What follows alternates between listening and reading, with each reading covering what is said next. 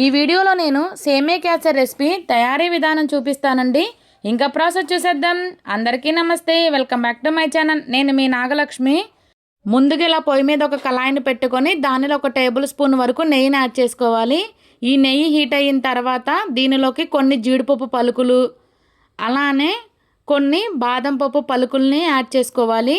వీటిని దోరగా ఫ్రై చేసుకోవాలి. ఇక్కడ నేను వేసిన నెయ్యిని ఇంట్లోనే తయారు చేశానండి. ఆ వీడియో లింకు ఎండ్ స్క్రీన్లోను అలానే డిస్క్రిప్షన్లోను ఇస్తాను. ఒక్కసారి కావాల్సిన వాళ్ళు చెక్ చేసేయండి.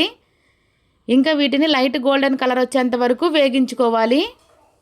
అలానే ఫ్రెండ్స్, నా వీడియోస్ మీకు నచ్చితే తప్పకుండా లైక్ చేయండి, అలానే సబ్స్క్రైబ్ చేసుకోండి.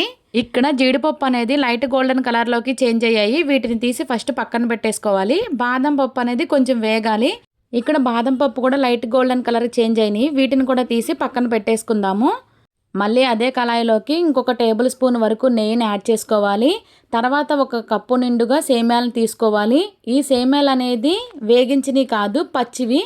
వీటిని మీడియం గోల్డెన్ కలర్ వచ్చేంత వరకు చక్కగా వేగించుకోవాలి. వీటిని మధ్య మధ్యలో మనం కలపకపోతే ఒక సైడ్ ఇవి నల్లగా అలా చేంజ్ అయిపోతూ ఉంటాయి. అందుకని వీటిని మనం కలుపుకుంటూనే ఉండాలి. ఇంక ఇక్కడ చూడండి, కలర్ అనేది చేంజ్ అవుతుంది. వీటిని కలుపుకుంటానే మనం వేగించుకోవాలి. ఇవి వేగడానికి ఒక 5 మినిట్స్ అలా పడుతుంది అంతే.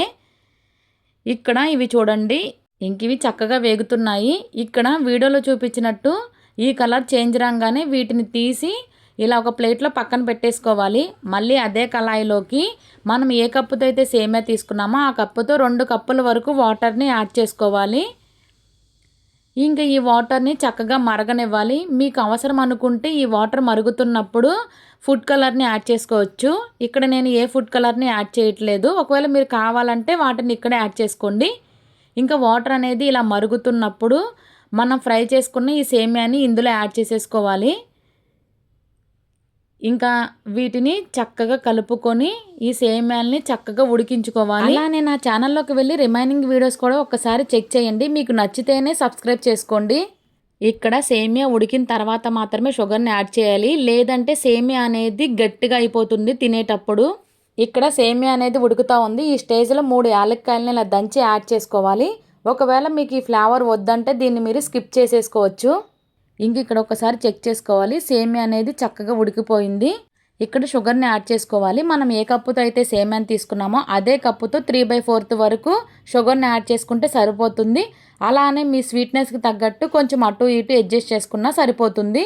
ఇంకా దీన్ని చక్కగా కలుపుకొని దీన్ని ఉడికించుకోవాలి. మనం ఇక్కడ షుగర్ని యాడ్ చేసిన తర్వాత ఇందులోంచి వాటర్ అనేది బయటకు వస్తాయి. అవి దగ్గరగా అయ్యేంత వరకు ఉడికించుకోవాలి.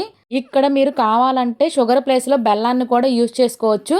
బెల్లం అనేది ఇంకొంచెం ఎక్కువ పడుతుంది. మీ స్వీట్నెస్కి తగ్గట్టు యాడ్ చేసుకుంటే సరిపోతుంది. ఇంకా ఈ వాటర్ అనేది దగ్గరగా అయ్యేంత వరకు ఉడికించుకోవాలి.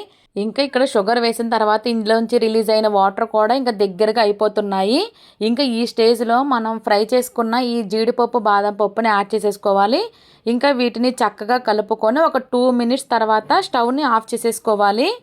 అంతేనండి, టేస్టీ టేస్టీ సేమియా క్యాసర్ రెసిపీ రెడీ. ఈ వీడియో మీకు నచ్చితే ఒక లైక్ చేయండి. మీ ఫ్రెండ్స్ అండ్ ఫ్యామిలీకి షేర్ చేయండి. ఇలాంటి టేస్టీ అండ్ సింపుల్ రెసిపీస్ కోసం నా ఛానల్ని ఇప్పుడే సబ్స్క్రైబ్ చేసుకోండి. Thank you for watching. Bye bye.